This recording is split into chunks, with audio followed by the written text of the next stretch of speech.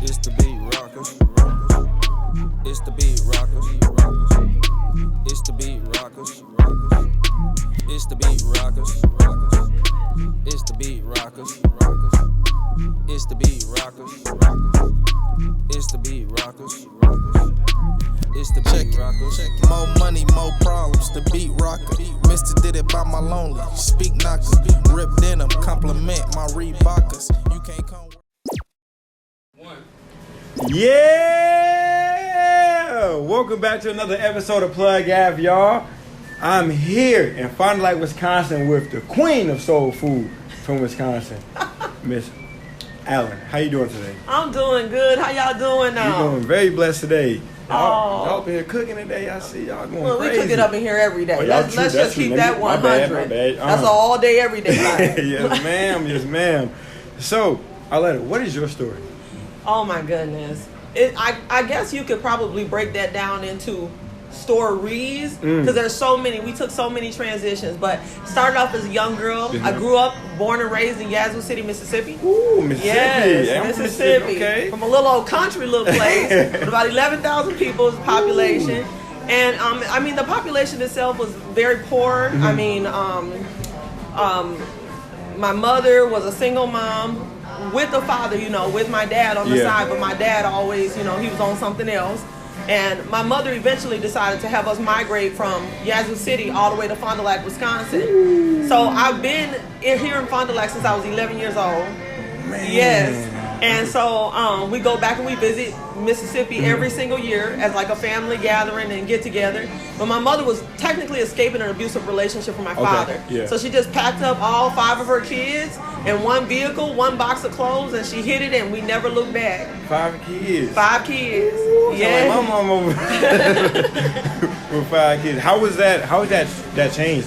Well, it was enormous for us because you go from being in an environment where everybody looks like you to an environment where nobody looks like you. And so what that did for me as a young girl is kind of shifted my perception of who I am. Whether or not I'm okay being who I am, because being dark skinned, being black, being African American, however you want to place the label, being the minority in the classroom oftentimes set me apart and made me feel like there was something wrong with me or something was missing from me being in that environment. No, it wasn't. It's just that I needed to grow up a little bit, go through a few more things, experience life a little bit more, and then from there, hey, life has happened. Speaking of life has happened, we had a conversation. You mentioned your college degree. You want to go ahead and highlight that first one, because that is huge. Oh, you want to talk about college? Yeah, please. Oh, y'all want my rap sheet? Y'all want me? Go ahead and show what you got. Well, let me go ahead and list them all. Because I got about 7 degrees. Woo! Yes. Well, let me tell y'all about this 7-degree chick. I'm listening. Okay, so 16 years old, I got pregnant with my first child. I dropped out of high school, went back to school, and graduated in my same year from a technical college with my HSED. Okay. Years later, I worked at a financial institution for over 14 years, the very first African-American woman in Fond du Lac to ever work in a financial institution. Oh, man. Did that for 14 years of my life. In the midst of my transition there, I decided that being a teller and working in customer service, it was becoming like a robot motion almost. Like there had to be more to life for me than that. Right. So I put in my 2-week notice by faith. No other income, a single mom, doing my thing just like my mother did. You know what I'm saying? And I went back to college. I enrolled at Moraine Park Technical College here. I graduated top of my class with leadership development and with human resource development, organizational leadership, human resource management, as well as customer service certification. Jeez. So I graduated with all of those titles, if you will, and degrees. And then I went on to a 4-year university at Marian University, where I graduated summa cum laude, top of my class once again, communication student of the year, and with a bachelor's of communication, as well as a minor in business. Oh, wow. And was it easy? Hell no. Of course not. Of course not. But you was motivated. Yes. You was motivated. But I was motivated by my circumstances. You know, I'm really huge on you not being defined by what you come out of or where you come from. Because many of us started from the dirt. Right. And then we find ourselves reaching for things that we've been told all our lives were not obtainable. And so for me, my drive, my one and only drive was the fact that I, number one, had a child that I was taking care of at the age of 16. I was a baby raising a baby. Number one, my motivation was always in my son's eyes. And my oldest son is who y'all met earlier today. He's working at my front counter right now. But they got my back. I mean, I wouldn't trade my sons for the world. My sons have my back. And I would risk everything I own for them. But I wanted to show them also, to give them a role model. They needed to know that education was important, number one. Number two, they needed to know the comforts of being comfortable in their own skin. But in order for them to get to the table, they needed to get education. And they needed to also promote themselves and put themselves in position to be seated at the table. People don't hand you anything. If you want it, you got to go get it. Got you. So that's been my key role. And in order for me to say that to my sons, I had to be the one to go out there and get it too. So I couldn't just talk about it. I had to be about it. And you definitely is about it. As you can see right now with your own restaurant right now. Yes. It's popping in here. Look, listen. So before I decided to do the restaurant, I actually, I'm a YouTuber. So I'm on YouTube as a motivational speaker. The title is Authentically Arletta, Daring to Persevere Against All Odds. Hey, y'all got that right. I hope y'all got that. Hey, I got that. Look up my TEDx talk too, which I've given it. Is called Creating the Awe in Your Authenticity. In other words, learning how to celebrate you for exactly where you are and being unapologetic about who you are. And that's one thing that's really grounded me and got me to where I am here today. I had to go up against some lions, do you hear me? People who tried to redline me, people who tried to tell me financially I didn't fit the scope, people who tried to corner me and tell me that I wasn't obligated to receive the same type of financial output as others that didn't look like me. So because of that, thank God for my degree in communications, because I was able to tell them I don't do downward communication and I understand exactly what you're saying to me. And so we're going to play by these rules. If I'm put in a position to be redlined, then I'm going to be put in a position to take myself to media and shine light on your organization. Right. Yeah. So we're either going to do this right and we're going to play by the rules right, or we can do it the backdoor way. We can do it that way too. So that's kind of how I got started. I was not taking any prisoners. I believe that we are all entitled. I don't care what your background is. I don't care about the fact that we're black. I don't care about none of that. What I'm trying to show people is that those things don't matter when you're driven and you have a responsibility to attain something, especially when you're first. I've been a first in this community for everything. I'm the very first African American woman to work in a financial institution. I'm the first African American woman to start her own foundation, Peculiar Princess Project, which is for girls of color, to help them acknowledge and to have their own self-esteem, to tackle that, what it feels like to be in a room with people who don't look like you and knowing that you still the bomb. Okay, and education, I do all of that. Also, the very first woman of color to serve on city council here. I'm the very first councilwoman in history. Black person, Mexican person, Asian person. There's never been a person of color to serve on our council before me. So I'm the very first, and I still hold that seat. I'm council person Allen. So also the very first black-owned business and restaurant here in Fond du Lac, Wisconsin too.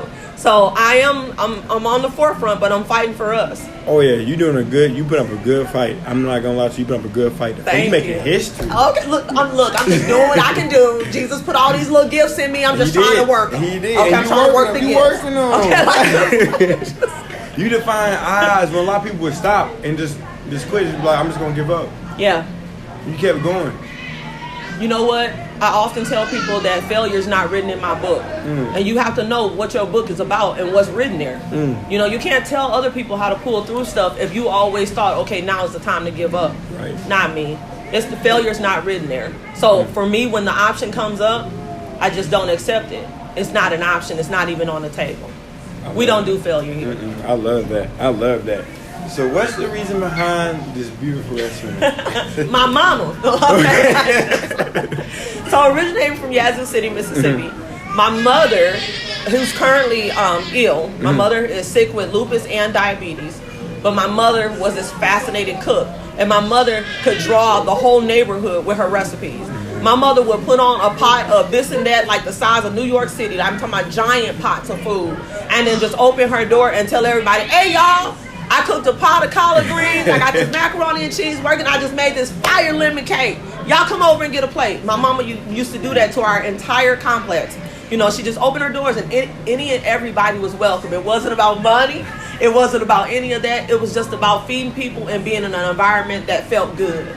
My mother is the reason for this environment. She's the reason why this restaurant was birthed. Every recipe that's here is her recipe.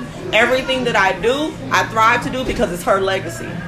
It means the world to me that my mother is still living and she's still here with me, and that she can call me up and be like, can you bring me a 2-piece catfish plate? You know, and don't forget my macaroni and cheese, and you better not forget my yams neither. You know what I'm saying? But that's my mama. And hey, and for all y'all out there listening, mamas, you only get one. You only get one mama. Treat them right.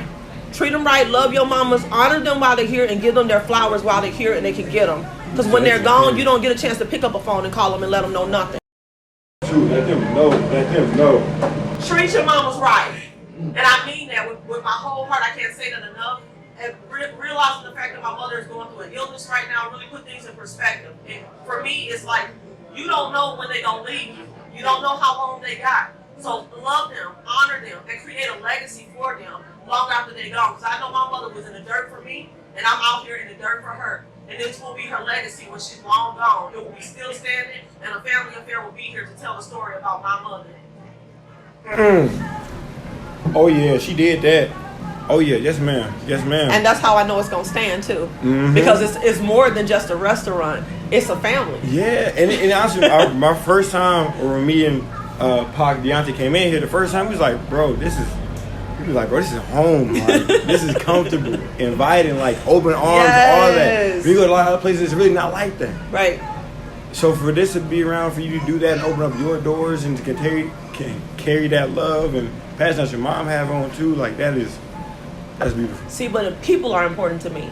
You know, it's important to me that I don't become so commercialized to the point where I forget that people walking through those doors every day are just that. They're people. They're humans. They deserve love. They deserve care. And they deserve respect. So my honor for anybody that crosses my counter, anybody that walks through my door, they need to know when they come through those doors, they are indeed family. And how I treat my family is real good. I love on them. I hug on them. I care to know what's going on with them. And every person that walks through those doors needs to feel that. And that is my entire, that's what I built. The foundation of this business is built on family and love. And that's what will stand. That's what's going to carry us through. Your name as well too. Holy, staying true to that. Yes. So what's some advice you had to someone else out there who's probably gone through some trials and tribulations that you've gone through? Okay, well, I would say first thing, if you're talking about getting into business or starting up a business for yourself, I would say don't set yourself up for failure. Do your homework. Because going into this business, there's a lot more to the background. You don't just pop up with a business. Right. There's a business plan involved. There's all types of lead work. There's networking involved. There's marketing principles involved in order to get yourself out there. People to even know that you're here. Yeah. There's all types of health standards you got to uphold. There's stuff you got to do in order to be successful in the restaurant business and any business that you want to put your sights to. But my thing is like anything else, put in your work. Put in your work so you don't have a finger to point at nobody else. So if there's anything to be said, you know that you did everything that you could do to make sure that it was successful. And that's really what I'm all about here. My advice to you is to do your homework, stay in the grind, but make sure that you're doing all that you can do so that there's no fingers left to be pointed at you. Thanks. You can't say that any more better. Man.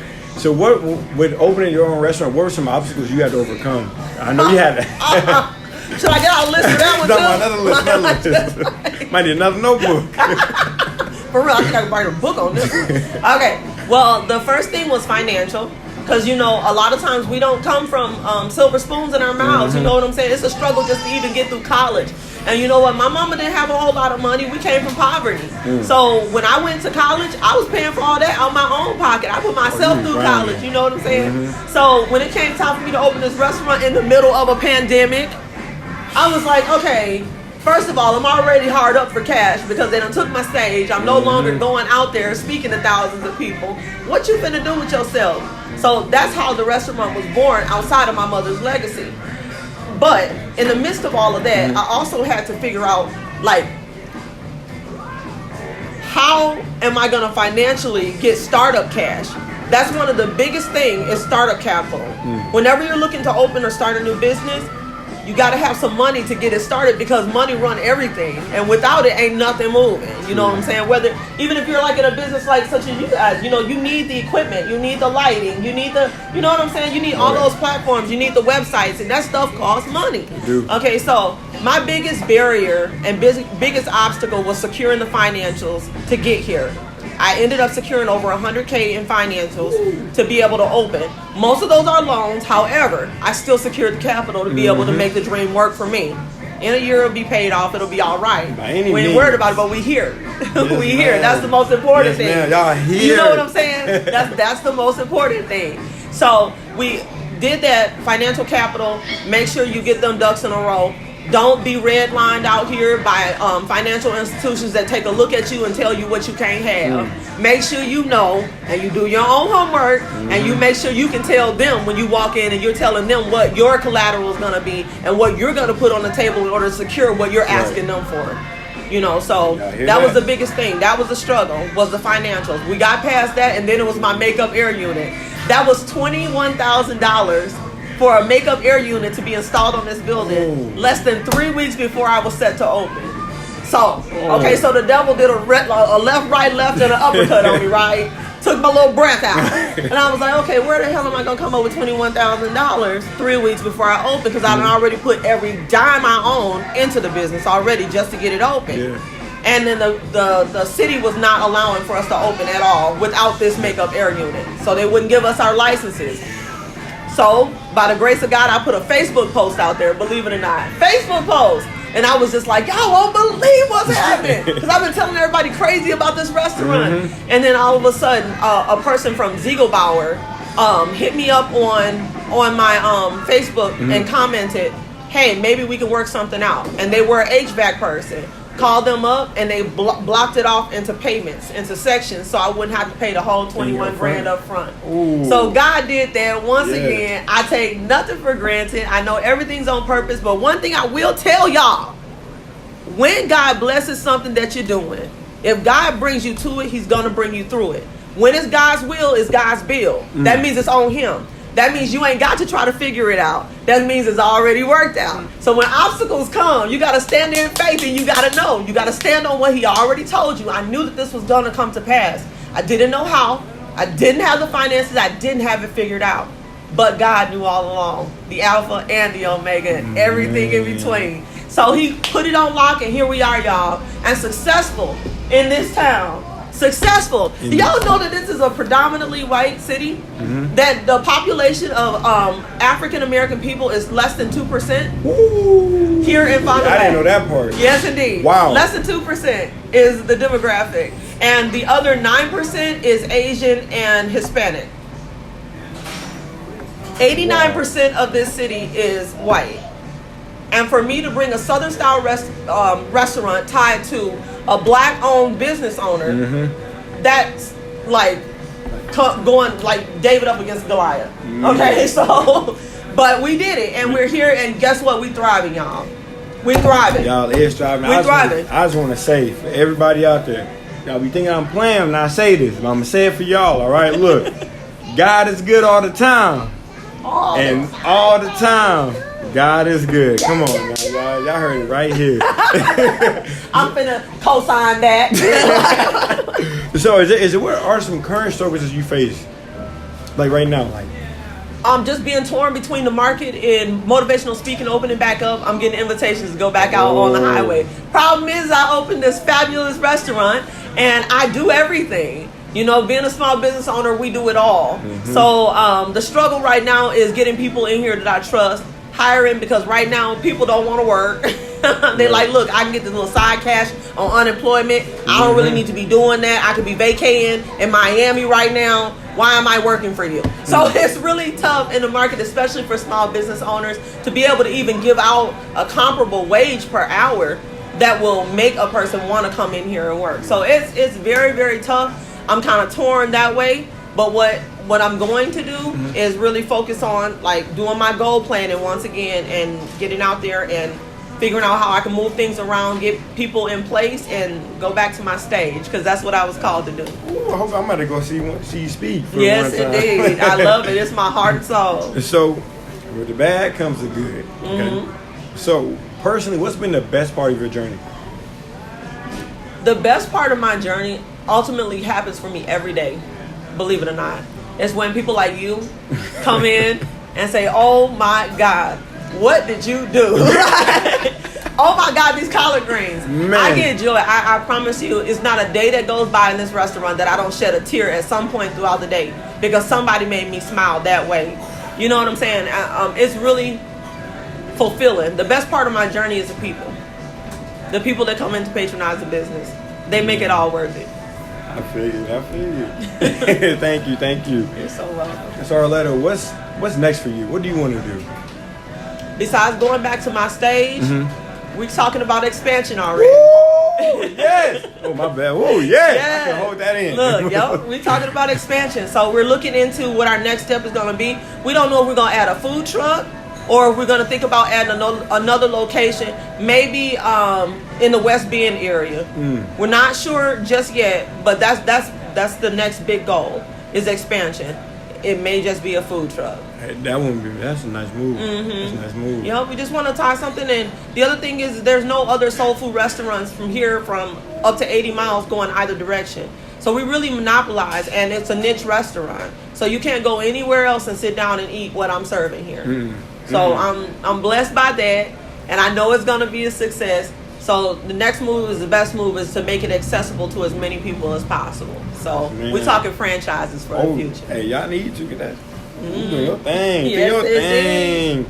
All right, Arletta, that's all I got for you today. Do you have anything you want to say to the people? You want to talk to the camera? Oh, okay. Let's talk to the camera. Okay. What can I say to you? Let me just keep it here. Business ownership and really following your dreams and goals is not an easy task. Truth is, nobody ever said that it would be. But whatever you're passionate about, if you're willing to invest 100% of you, there's nothing out here stopping you but you. You have to be able to stand up for what it is you believe in. You got to be your best and biggest cheerleader out of everybody. If everybody else fell out the game, you got to be the last one standing on every idea that you put yourself out there for. The reason why I'm still here is because of the fact that I believed in me first before I ever gave anyone else a chance to. So I want y'all to believe in you. Every day you get up, I want you to affirm things over your life that mean something. Talk to you about who you are, and tell yourself what your next goal is going to be, so that you pursue it and you accomplish everything you set your heart and mind to. That is the most important thing that I could ever share with you. And besides that, I know I never met you out there, but it's okay for me to tell you that I love you, because you know God loved all of us, and you know what I'm saying? Ain't none of y'all less than no one sitting at this table, and even those that are around you right now. You are loved beyond measure, and I want you to make sure you keep your head up and keep chasing them dreams, because one day you're going to obtain exactly what you're running after.